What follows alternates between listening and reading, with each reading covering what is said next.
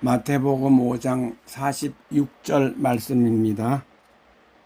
너희를 사랑하는 사람만 너희가 사랑하면 무슨 상을 받겠느냐? 세리도 그만큼은 하지 않느냐? 어떤 여인이 투신 자살을 하려고 교각 꼭대기로 올라갔습니다. 경찰은 즉시 그 다리를 통과하던 차량을 통제했습니다. 그리고 여인을 달랬습니다. 그 다리를 통과하려다 갑자기 멈춰서게 된 차들은 처음에는 경찰이 여인을 달래는 모습을 지켜보고 있었습니다. 그러나 30분을 넘어가면서 조금씩 짜증이 나기 시작했습니다. 여인은 교각에서 내려오는 것도 아니고 그렇다고 강물 속으로 투신하는 것도 아니었습니다. 참다 못한 운전자들이 소리치기 시작했습니다. 야 이년아, 빨리 떨어져 되져라. 이어서 많은 운전자가 경적을 울리기 시작했습니다. 다리 위는 완전히 아수라장이 되고 말았습니다. 얼마 후 마침내 여인이 물속으로 투신했습니다. 이 이야기는 실화입니다. 여인은 죽을 생각을 했습니다. 그러나 막상 넘실대는 강물을 보니 겁이 났을 거고 경찰이 달래는 소리에 마음이 흔들리기도 했을 겁니다. 하지만 운전자들의 야지와 경적에 이젠 내려오기도 어려웠을 겁니다. 그러니까 여인을 물속으로 투신하게끔 마지막으로 부추긴 것은 운전자들이 아니었을까요? 운전자들이 좀 더 참아주었더라면 여인은 내려왔을지도 모릅니다. 그렇다면 운전자들은 나쁜 사람입니까? 운전자들은 그 상황에서 두 가지 마음을 만났을 겁니다. 첫째는 여인에 대한 가여운 마음입니다. 여인의 자세한 형편은 알 수 없으나 죽기로 마음먹었다니 어떤 극한 상황에 놓여 있다는 사실을 알 수 있습니다. 오죽하면 자살하려고 하겠습니까? 그 형편을 생각하며 가여운 마음이 드는 겁니다. 그리고 아무리 형편이 어렵다고 하더라도 죽으면 안 된다, 죽을 용기로 살면 된다고 말해주고 싶었을 겁니다. 제발 여인이 마음을 고쳐먹고 교각에서 내려오기를 바랄 겁니다. 둘째는 짜증나는 마음입니다. 처음에는 가여운 마음뿐이었습니다. 그러나 시간이 흘러가고 있습니다. 자기도 중요한 약속이 있습니다. 그런데 대책 없이 시간이 흘러갑니다. 그러니 짜증이 슬그머니 올라오는 겁니다. 운전자들이 여인에게 야지를 퍼붓고 경적을 울린 것은 이 짜증나는 마음의 표현입니다. 달리 표현하자면 운전자들에게 두 가지 상황이 겹쳐서 다가온 것입니다. 하나는 여인의 가여운 상황이고 다른 하나는 자기가 피해를 보는 상황입니다. 운전자들이 여인에게 야지를 퍼붓고 경적을 울린 것은 자기가 피해를 보는 상황을 선택한 결과라고 하겠습니다. 우리도 종종 이렇게 겹친 두 개의 상황을 만나게 됩니다. 자기 상황의 피해가 견딜만 하면 상대방의 가여운 상황을 만나줍니다. 그러나 피해가 커지면 피해를 보는 자기 상황을 선택하게 됩니다. 달리 표현하자면 가여운 마음은 버리고 짜증나는 마음을 선택하게 됩니다. 그런데 그것이 나쁜 모습입니까? 세상에는 상대방의 가여운 사연을 조금도 만나주지 않는 사람도 많습니다. 그런 사람들은 나쁘다고 할 수 있습니다. 하지만 참을 만큼 참다가 결국 내가 피해를 보는 상황을 선택하는 것은 나쁘다고 할 수 없습니다. 그러나 그 선택에서는 가치가 발생하지는 않습니다. 오늘 본문에서 예수께서 말씀하셨습니다. 너희가 너희를 사랑하는 사람만 사랑하면 무슨 상을 받겠느냐? 세리도 그만큼은 하지 않느냐? 누구나 할 수 있는 일, 어린아이도 할 수 있는 일을 하는 것으로는 가치가 발생하지 않습니다. 가치는 하기 어려운 일을 할 때 발생합니다. 삶을 크게 두 종류로 구분해 봅니다. 평범한 삶과 가치가 발생하는 삶입니다. 평범한 삶은 상대방의 가여운 상황을 만나주다가 결국은 내가 피해를 보는 상황을 선택하는 겁니다. 평범한 삶에는 가치가 발생하지 않습니다. 그리고 가치를 발생하는 경우는 다양하지만 오늘은 피해를 입더라도 계속 상대방의 가여운 상황을 만나주는 경우만 생각하겠습니다. 상대방의 가여운 상황과 내가 피해를 보는 상황이 종종 겹쳐서 내게 찾아온다고 했습니다. 이는 가치가 발생할 기회가 종종 찾아온다는 뜻이 됩니다. 그럴 때 가급적 기회를 놓치지 않고 살리면 참 좋을 것입니다. 그렇다면 어떻게 기회가 찾아왔을 때 가치를 발생시킬 수 있을까요? 여러 방법이 있겠지만 우리에게 가장 좋은 방법은 내맡김입니다. 상대방의 가여운 상황과 내가 피해를 보는 상황이 충돌하고 있는 건데 그 충돌하는 상황 자체를 하나님께 내맡기는 겁니다. 이에 대해 좀 더 자세히 말씀드리겠습니다.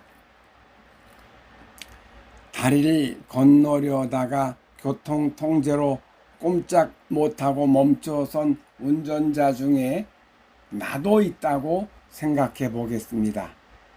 투신하려는 여인에 대한 가여운 마음과 내가 피해를 보아 짜증나는 마음이 충돌하고 있습니다. 그때 그 상황을 하나님께 맡기는 겁니다. 주님, 이 상황을 주님께 내맡깁니다.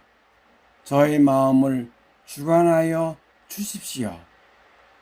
그러고는 투신하려는 여인에게 마음을 고정하고 그를 축복하는 겁니다. 그대는 하나님의 소중한 자녀입니다. 그대를 축복합니다. 그런 축복을 반복하는 겁니다. 그때 참다 못한 운전자들이 경적을 울리기 시작합니다.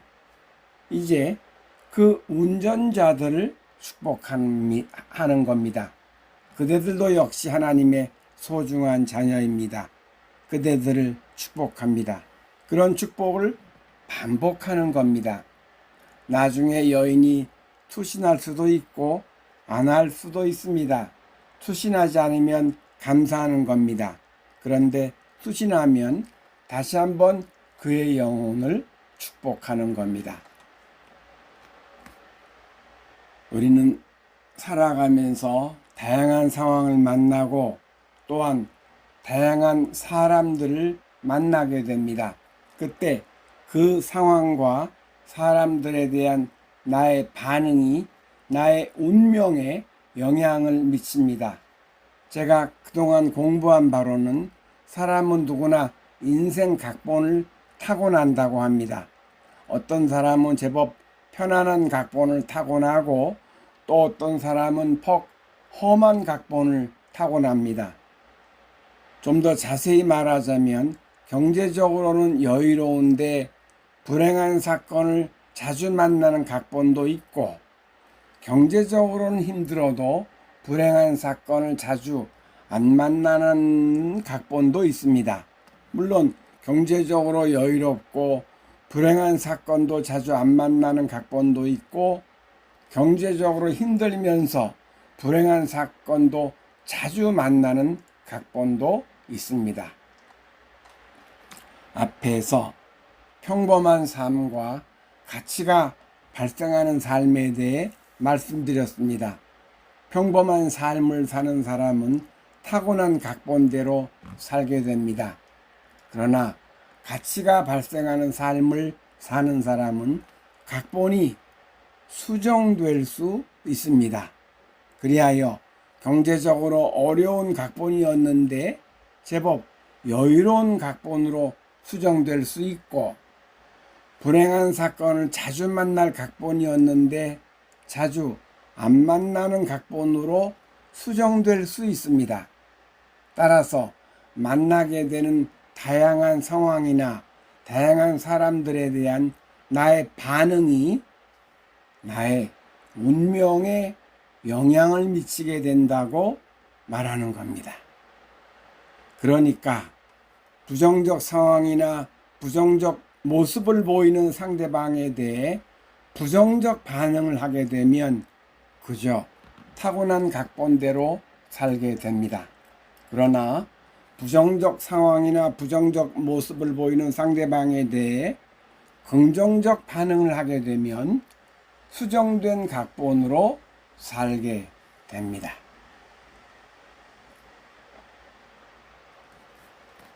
여러분, 타고난 각본대로 살고 싶습니까? 아니면 수정된 각본으로 살고 싶습니까?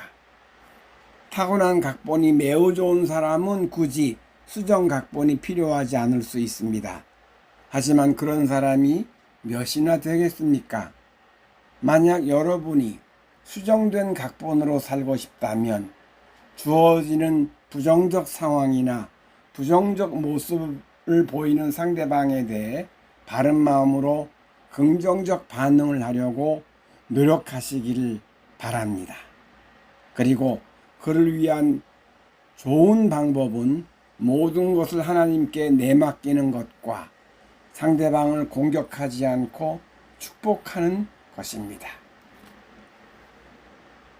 우리가 교회를 다니는 이유 중 하나는 하나님의 복을 받기 위해서입니다. 그런데 복을 받는다는 것은 인생 각본이 수정되는 것을 뜻한다고 말할 수 있습니다. 그런데 각본이 수정되려면 가치가 발생하는 반응을 해야 합니다. 주어진 상황에 부정적으로 반응하고 상대방에 대한 미움을 반복하는 평범한 반응을 한다면 각본이 수정되지 않습니다. 다시 말해서 교회를 아무리 열심히 다닌다고 하더라도 평범한 반응으로 살아간다면 하나님의 복을 받을 수 없다는 겁니다. 하늘은 스스로 돕는 자를 돕는다는 말은 가치가 발생하는 반응을 하는 사람에게 하나님께서 복을 내려주신다는 뜻입니다. 너희가 너희를 사랑하는 사람만 사랑하면 무슨 상을 받겠느냐는 오늘 본문의 말씀을 뒤집어서 보면 나를 미워하는 사람도 사랑한다면 하나님의 상을 곧 하나님의 복을 받게 된다는 뜻이 아니겠습니까? 부정적 상황이나 부정적 모습을 보이는 사람을 만난 것은 가치가 발생할 기회라고 했습니다. 곧 그것은 행운의 기회라고 말할 수 있습니다. 맨 처음 이야기처럼 다리를 통과하려다가 투신 자살하려는 사람 때문에 긴 시간 멈춰서게 된다면 우리는 재수없는 날이라고 생각하기 쉽습니다. 아니, 그때 행운의 기회가 찾아왔음을 아는 겁니다. 그걸 모르고 야지를 퍼붓고 경적을 울리게 된다면 행운의 기회를 내팽개치게 되는 겁니다. 그뿐 아니라 무거운 죄책감이 마음에 남게 됩니다. 재수 없는 날이 아니라 행운의 기회가 찾아왔다고 지각하며 가치가 발생하는 반응을 하는 순간 천사들이 여러분의 반응에 기뻐하며 갈채를 보낼 겁니다.